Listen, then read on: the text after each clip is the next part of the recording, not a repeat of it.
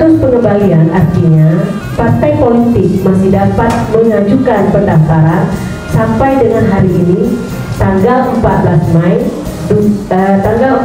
sampai dengan pukul 23.59. Saya rasa demikian saja Ketua. Untuk operator ataupun admin silon kami harap tetap bersama-sama di sini. Kita akan memeriksa kelengkapan dokumen yang akan dipandu oleh tim teknis.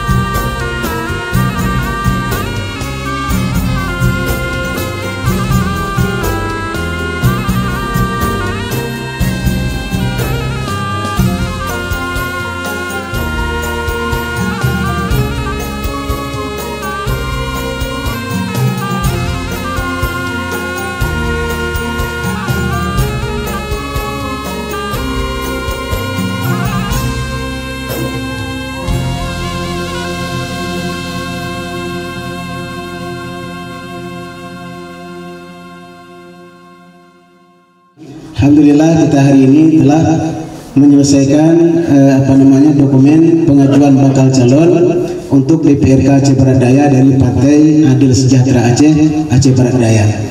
Alhamdulillah kita berdoa kepada Allah, mudah-mudahan PAS Aceh ke depan bisa mengimbangi di lembaga legislatif dalam rangka mengambil kebijakan untuk pembangunan dan kemajuan Aceh Barat Daya yang berlandaskan nilai-nilai Islami.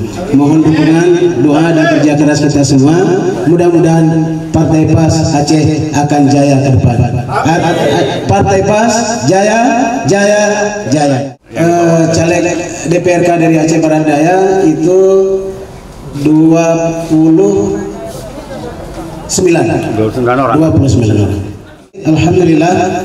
Kita mohon kepada Allah, mudah-mudahan Partai PAS Aceh Barat Daya minimal mendapatkan ketua DPRK tahun 2024. Amin. Demikian, terima kasih. Assalamualaikum warahmatullahi wabarakatuh.